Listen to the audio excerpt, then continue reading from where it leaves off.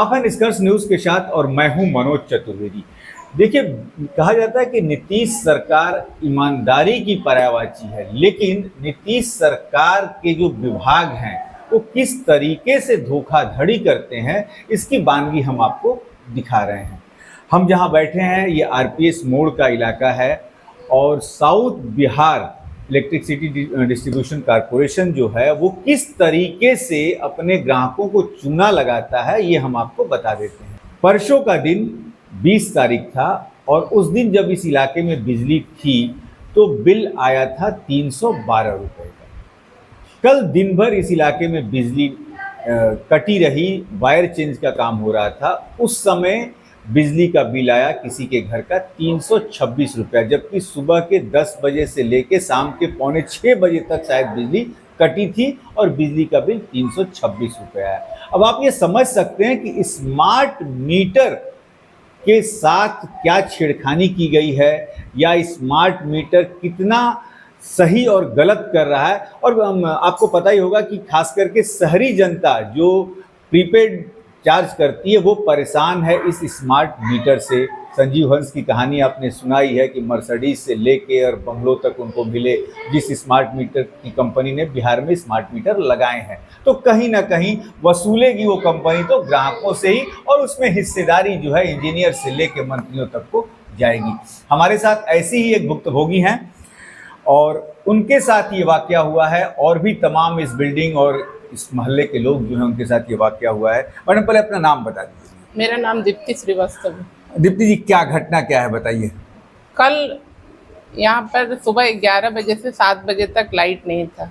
मेरा पूरा office inverter पे चल रहा था और बिजली का बिल आज आया उसका 326 रुपये। मेरे को लगा था कि 100 रुपये के आसपास बिजली का बिल आएगा क्योंकि दिन भर तो लाइट थी नहीं, लेकिन आज 326 रुपये बिल आया। फिर हम परसों का चेक किए, परसों दिन भर लाइट था तो परसों का बिल आया 312 रुपये। तो मेरे को ये जानना है कि ये इतना, जब लाइट नहीं थी तो फिर इतना डिफरेंस क्यों आया। और दूसरा बात कि अगर आप ऐप में जो टोल फ्री नंबर है उस पर आप फ़ोन कीजिएगा, कोई फ़ोन आपका रिसीव नहीं करेगा। कंप्लेन करने का कोई भी साधन नहीं है।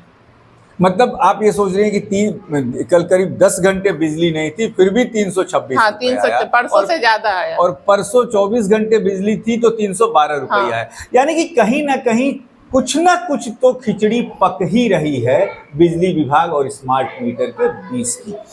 अब मैं वो एक बात बता दूं कि बहुत से जगहों पर स्मार्ट मीटर लगे हैं और बिजली का बिल जब ज़्यादा आ रहा है तो लोग उसके साथ चैलेंजिंग मीटर भी लगा रहे हैं, यानी जनरल मैनुअल मीटर जो है वो लग रहे हैं। अब बात यहाँ ये आती है कि आखिर चोरी जो ये हो रही है ये पैसा किसके खाते में जा रहा है, ये सबसे बड़ा मुद्दा यहाँ बन के तैयार होता है। नीतीश कुमार के इस स्मार्ट मीटर का मॉडल देख के पूरे दूसरे राज्यों की जो कंपनियां हैं वहां पे यहाँ पे विजिट कर रही हैं, देखने आ रही हैं कि बिहार का स्मार्ट मीटर किस तरीके से काम कर रहा है, क्योंकि सरकार को ये एडवांस कह लीजिए एक तरीके से मुनाफा कमाने की मशीन मिल गई है बिहार में स्मार्ट मीटर। कभी यदि आप ये शिकायत लेके जाएंगे बिजली विभाग में तो क्या ये शिकायत वो सुनेंगे या कहेंगे कि नहीं मैडम ये तो। सबसे पहली बात है, शिकायत लेके हम जाएं कहाँ, ये तो पता होना चाहिए ना। नॉर्मल उपभोक्ता जो भी है उनको यही नहीं पता है कि जो भी कंप्लेन है वो हम जाके करेंगे कहाँ, किसके पास करेंगे, क्योंकि जो नंबर उसमें दिया हुआ है ऐप में वो नंबर तो कभी लगता ही नहीं है। तो जैसा कि मिसेस श्रीवास्तव ने कहा कि हम शिकायत करें तो कहाँ करें, शिकायत सुनने वाला कोई नहीं है और वास्तव में ये सच्चाई है। इसीलिए आए दिन जो है बिजली के जो कर्मचारी हैं जो बिजली मीटर लगाने जाते हैं स्मार्ट मीटर, उनके ऊपर हमले होते हैं।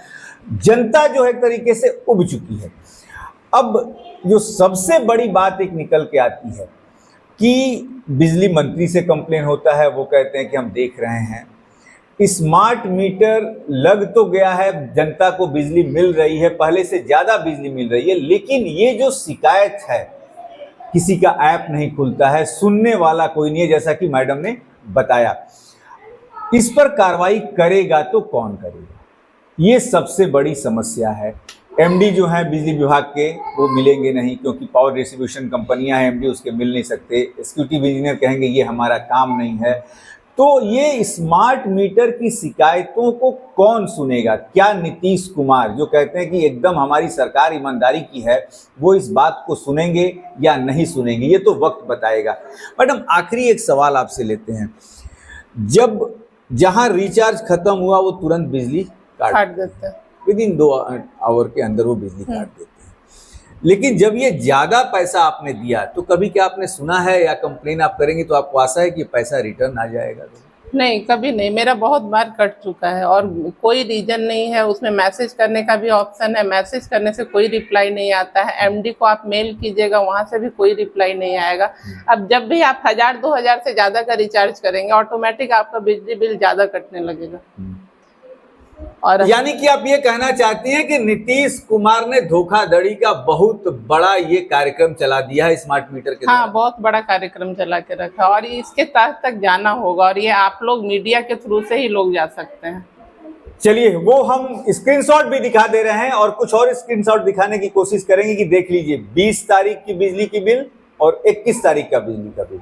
जैसा कि मिसेस श्रीवास्तव ने कहा कि ये धोखाधड़ी का बहुत बड़ा स्मार्ट मीटर के द्वारा एक जाल बुना जा रहा है। और निश्चित तौर पर यदि जाल नहीं बुना जाता तो एक आईएएस अधिकारी के घर, संजीव हंस के घर से लाखों करोड़ रुपए नहीं बरामद होते, किलो दर किलो के सोना नहीं मिलते, सोलन में गेस्ट हाउस उनका नहीं होता और मर्सिडीज कार यही मीटर बनाने वाली कंपनी ने जो दिया वो नहीं दिया होता। यानी कि मुनाफा कहीं ना कहीं सरकार को भी हो रहा है और बिजली का जो ये स्मार्ट मीटर कंपनी लगा रही है, सप्लाई कर रही है, उसको भी हो रहा है। तो निश्चित तौर पर ऐसे तमाम केसेस को हम खोजने की कोशिश करेंगे। आज हमने पहला केस खोज निकाला और इसे निष्कर्ष तक तो निश्चित तौर पर पहुंचाएंगे। मनोज चतुर्वेदी, पटना।